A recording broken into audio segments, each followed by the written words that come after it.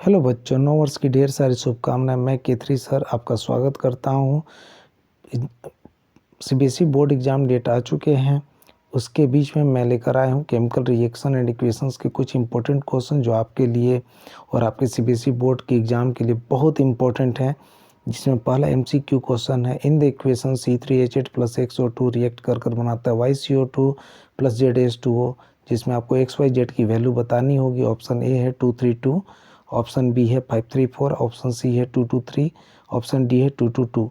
ये chemical balanced equation पर आधारित इक्वेशंस है, जिसमें एलिमेंट्स में रिएक्टेंट और प्रोडक्ट के लिए देखेंगे कि कार्बन, हाइड्रोजन और ऑक्सीजन तीन तरह के आपके एलिमेंट्स है। Number of atoms in reactant है, कार्बन 3 है, हाइड्रोजन 8 है, ऑक्सीजन 2 है। Number of atoms in product 1 है, कार्बन का, हाइड्रोजन का 2 है, ऑक्सीजन का 3 है। इसको केमिकल बैलेंस्ड इक्वेशन से बैलेंस करेंगे।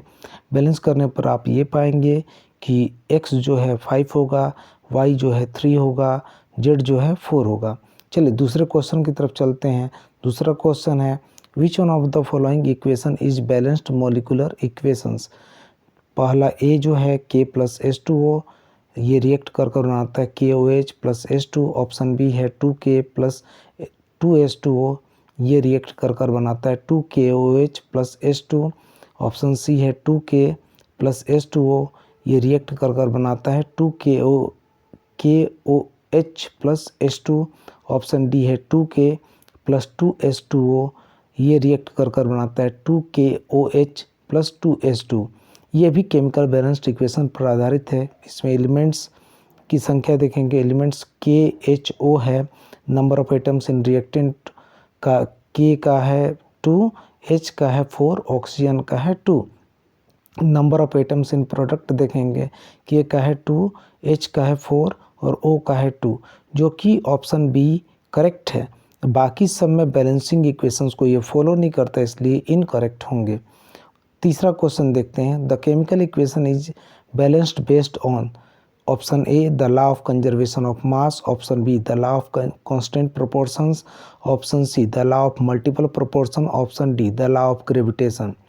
बच्चों, हम ये जानते हैं कि according to the law of conservation of mass, total mass in the reaction remains constant. कहने का मतलब है कि टोटल मास इन रिएक्टेंट बराबर होता है टोटल मास इन प्रोडक्ट।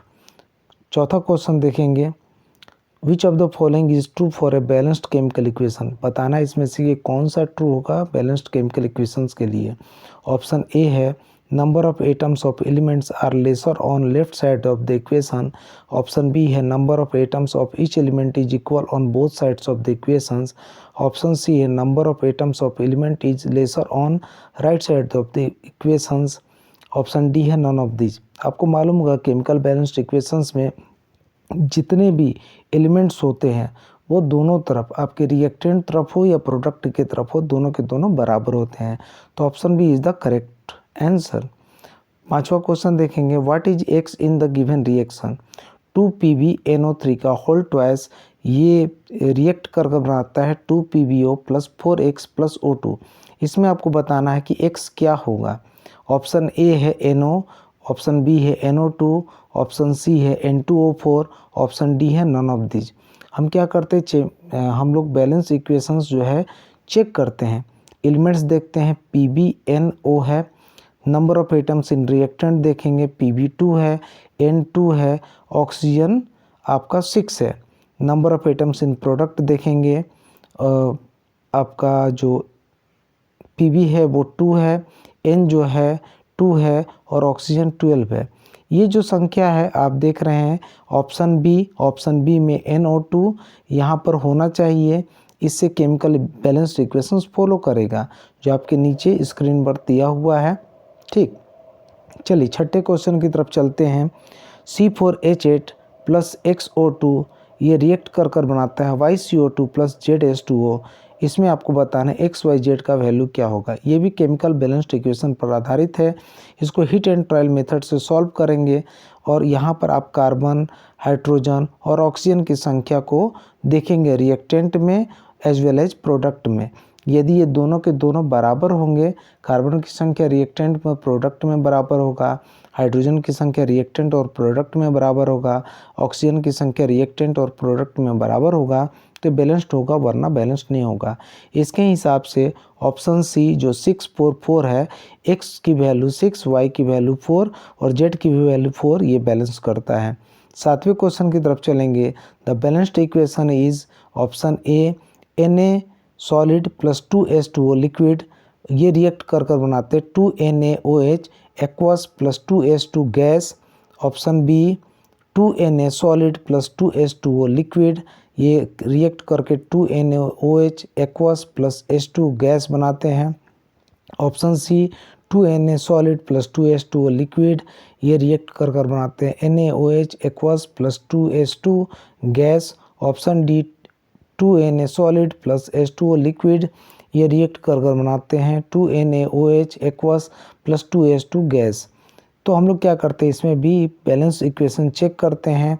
तो हम देखते हैं यहाँ पर कि बी का ऑप्शन सही होगा। इसमें देखना आपको क्या है, तो आप दोनों तरफ देखेंगे रिएक्टेंट में और प्रोडक्ट में जो एलिमेंट है उसकी संख्या बराबर है कि नहीं। यदि बराबर है तो वो केमिकल बैलेंस्ड इक्वेशंस को फॉलो करेगा, वरना वो फॉलो नहीं करेगा। अब चलते हैं टॉपिक 2 की तरफ। टॉपिक 2 जो है केमिकल इक्वेशंस के जो टाइप्स होते हैं उससे रिलेटेड क्वेश्चन है, जिसमें 8वां क्वेश्चन है विच of the following is a double displacement reaction. Option A है 2Fe प्लस 3Cl2, ये बनाता है 2FeCl3।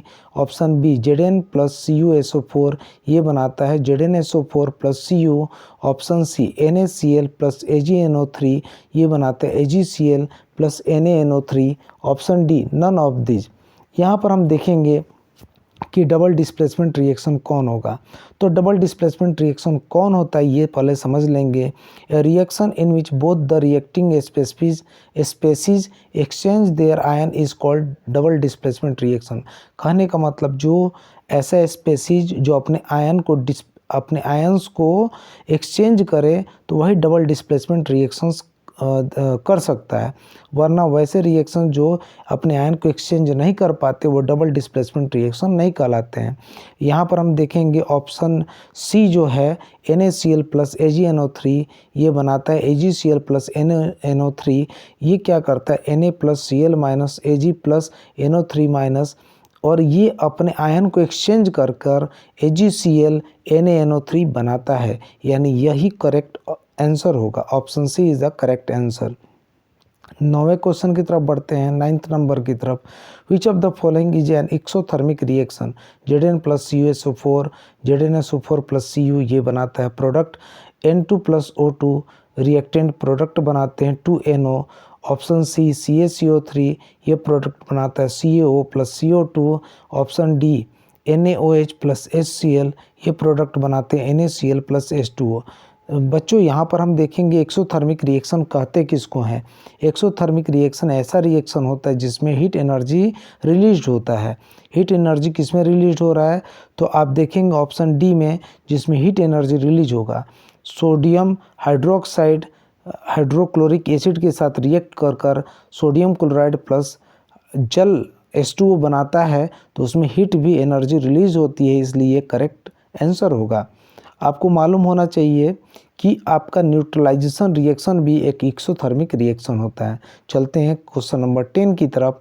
Which of the following represents precipitation reaction. Option A है NaCl प्लस AgNO3, ये बनाता है AgCl plus NaNO3। Option B NaOH plus HCl NaCl plus H2O, ये product बनाता है। Option C 2Fe plus 3Cl2, ये बनाता है 2FeCl3। Option D all of the above. यहाँ पर आपको निकालना कि प्रेसिपिटेशन रिएक्शंस कौन होता है। प्रेसिपिटेशन रिएक्शंस कहते किसको हैं। A chemical reaction in which insoluble salts are produce is called precipitation reaction. Precipitation reactions वो होते हैं जो रिएक्टेंट्स के रिएक्शंस करने के बाद जो प्रोडक्ट के फॉर्म में बनता है, तो इनसॉल्युबल सॉल्ट जो बनेगा वो प्रेसिपिटेशन रिएक्शंस बनाता है।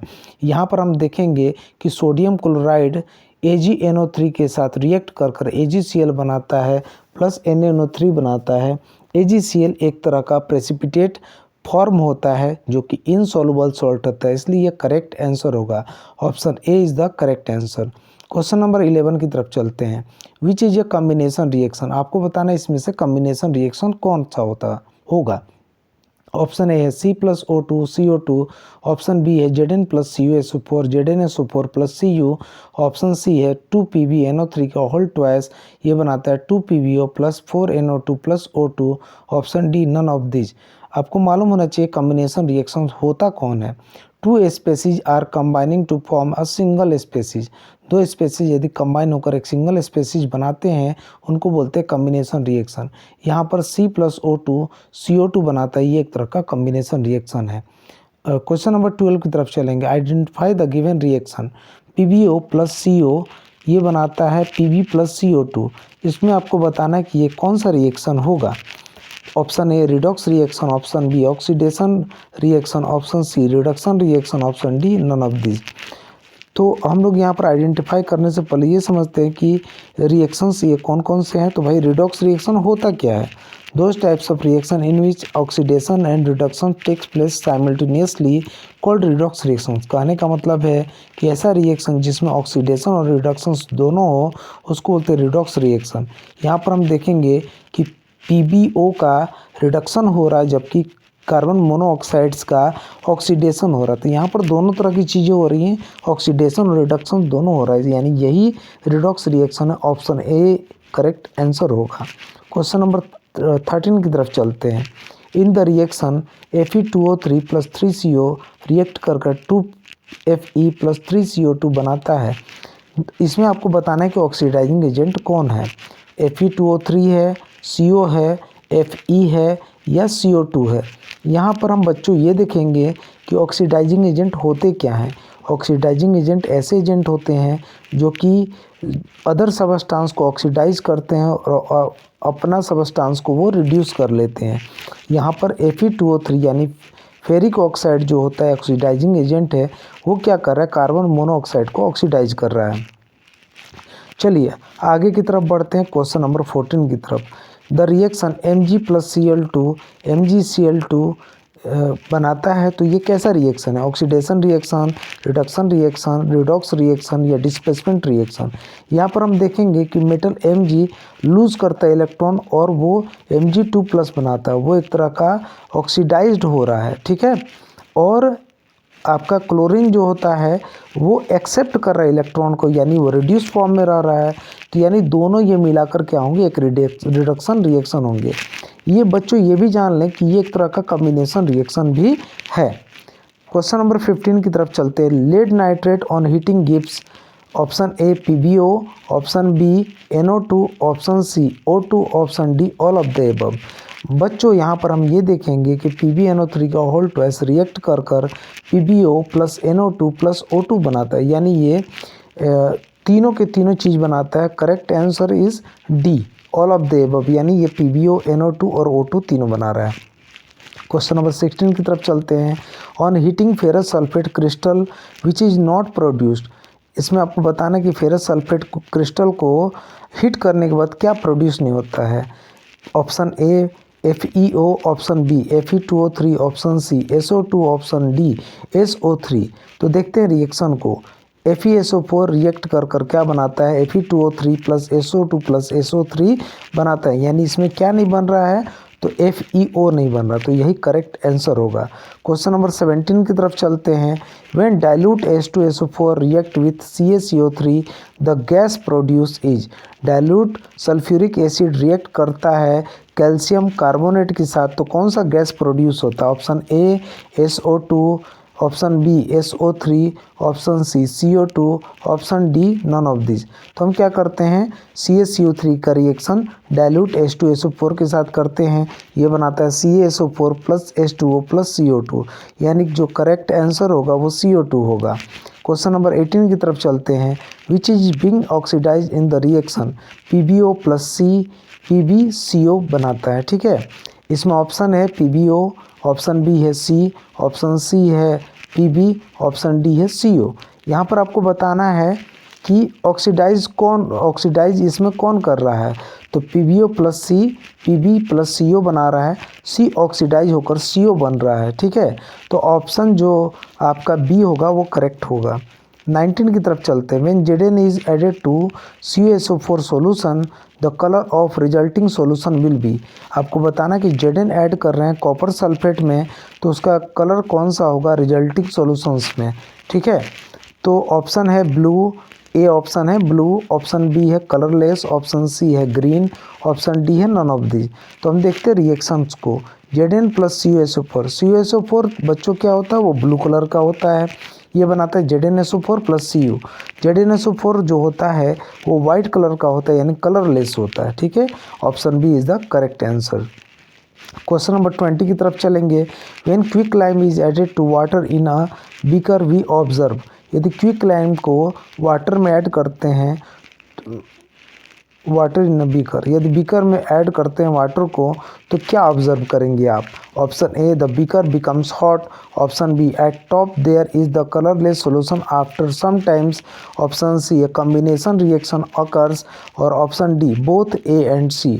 आप देखेंगे कि कैल्शियम ऑक्साइड को यदि वाटर के साथ रिएक्ट करेंगे तो कैल्शियम हाइड्रोक्साइड बनाता है प्लस हीट एनर्जी रिलीज करता है, यानी एक तरह का कॉम्बिनेशन रिएक्शन है, और साथ साथ जो बीकर होगा वो गर्म हो जाएगा, यानी बीकर बिकम्स हॉट।